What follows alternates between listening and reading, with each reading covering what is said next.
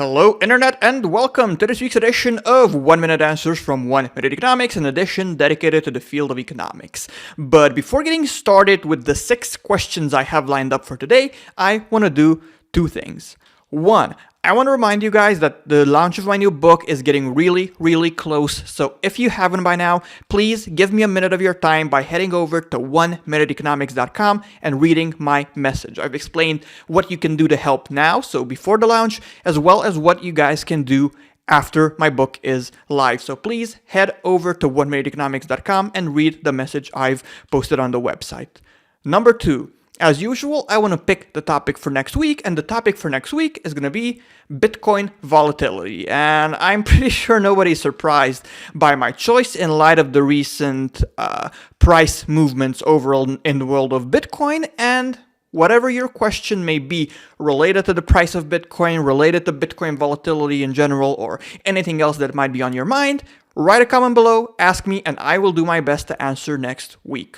The first question for today has been asked by Alex, who wants to know why so many economists haven't been able to predict the Great Recession of 2007 to 2008.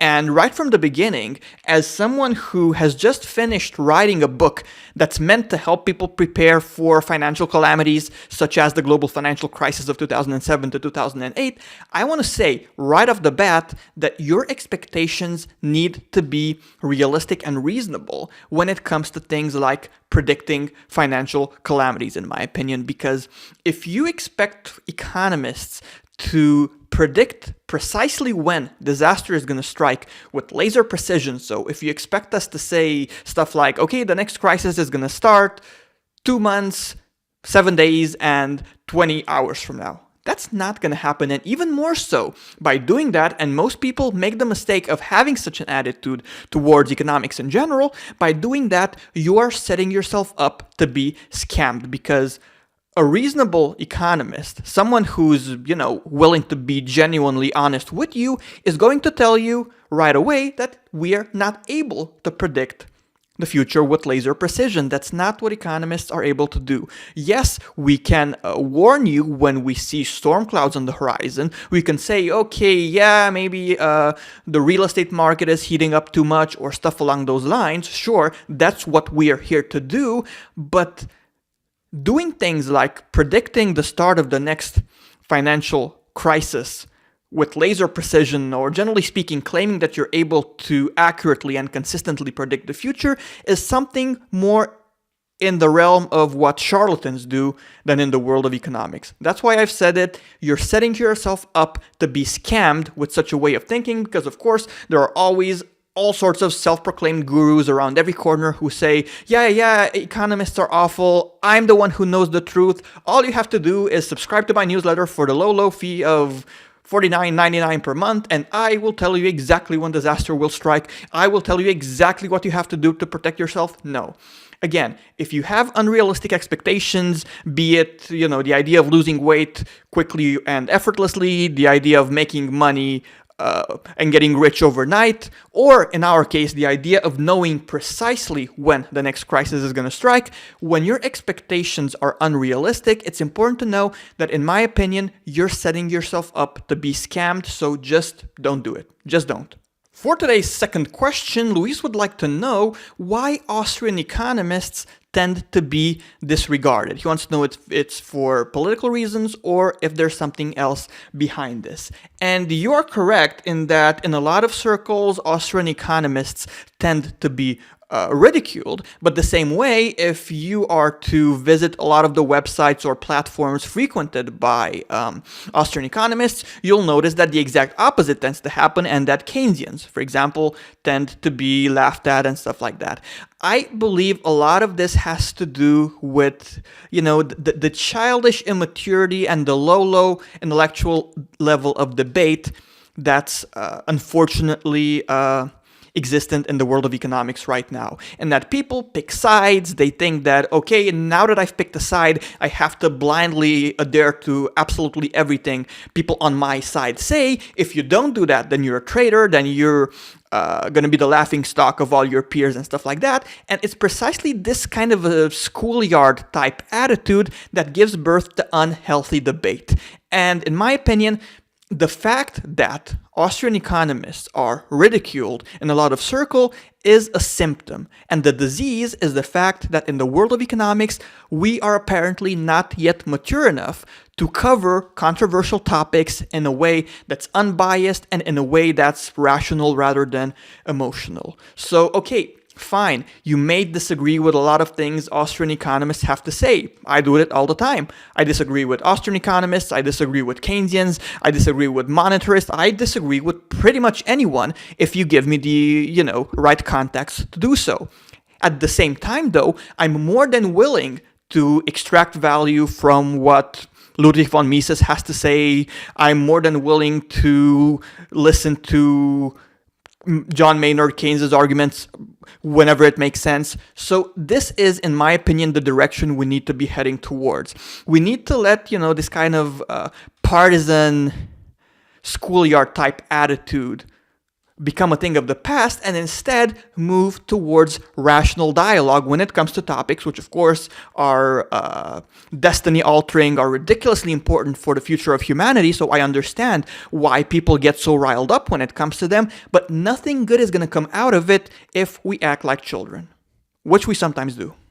It's time to address question number 3, and I'm asked what I think about the situation over in the Ukraine, economically speaking, of course. And as someone who lives in Romania, a country that shares a significant border with Ukraine and also certain similarities when it comes to culture, habits, and whatnot, I can say that unfortunately, things are in limbo over there right now, in that the country is being pulled by powerful forces in opposite directions. On the one hand, you have, of course, the Euromaidan movement and the intention of a certain portion of the population over in the Ukraine to move towards becoming European Union members, NATO members, and whatnot. But on the other hand, you have equally powerful forces over in the East that see things in, let's say, a significantly different manner and who want in certain situations the exact opposite, who are willing to embrace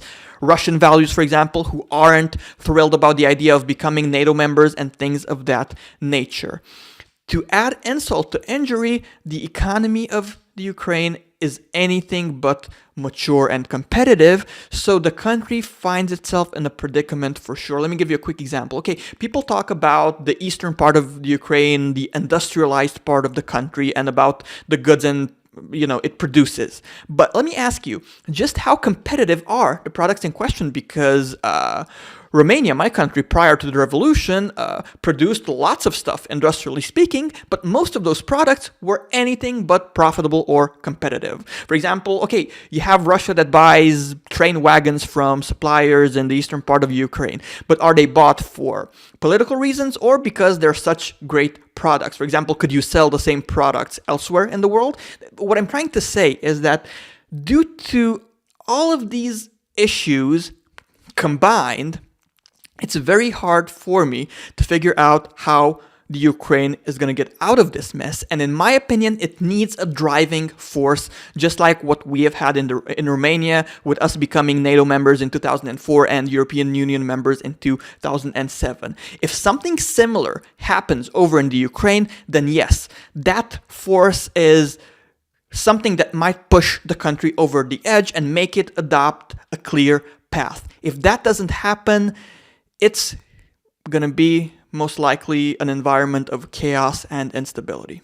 Question number 4 has been asked by account, and he would like to know if going after a major in economics is worth it in light of the fact that you can learn so much stuff online for free nowadays. And right off the bat, I'm going to say that if you're strictly interested in the knowledge, so if you simply want to teach yourself economics so that you can put whatever knowledge you gain to good use in real life, then no. Going after a university degree would be a huge waste of time and resources because frankly, you can do a much better job of gaining knowledge by using, and I know this sounds self-serving, but I really believe it, by using resources like my YouTube channel. However, do keep in mind that knowledge is not the only thing a college degree comes with. So for example, I went after my bachelor's degree, then my master's degree, and ultimately my PhD, and not because I was interested in learning stuff, because for every minute I spent learning things at the university level, I spent a gazillion minutes learning stuff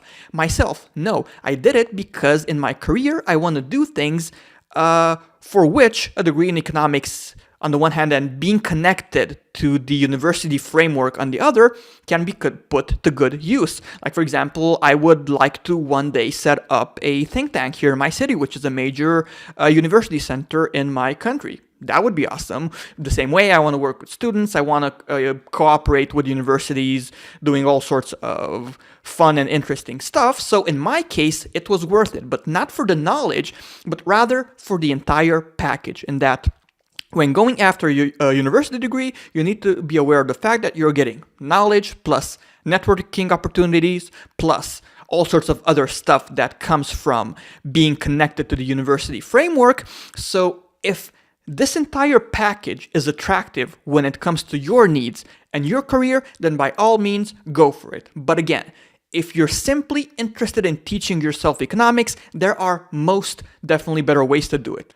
Question number 5 has also been asked by Account, and he's interested in finding out if all of these different economists, from Keynesians to Austrian economists, monetarists, and so on, can agree on at least something, like, for example, a law in physics. And it's a great question. It's really good because I do have to admit right off the bat that economics tends to be a lot more prone to drama and controversy than other fields. I have no idea why. I don't know why there are such huge egos in our space, but I'm working on finding out. So I understand where this question is coming from. But still, fortunately, there are some things, not as many as we'd like to, but there are some things on which, for better or worse, economists do agree. Like, for example, when it comes to the very basics, if you ask 10 economists to talk about supply and demand, then chances are that they're going to say stuff that's fairly similar.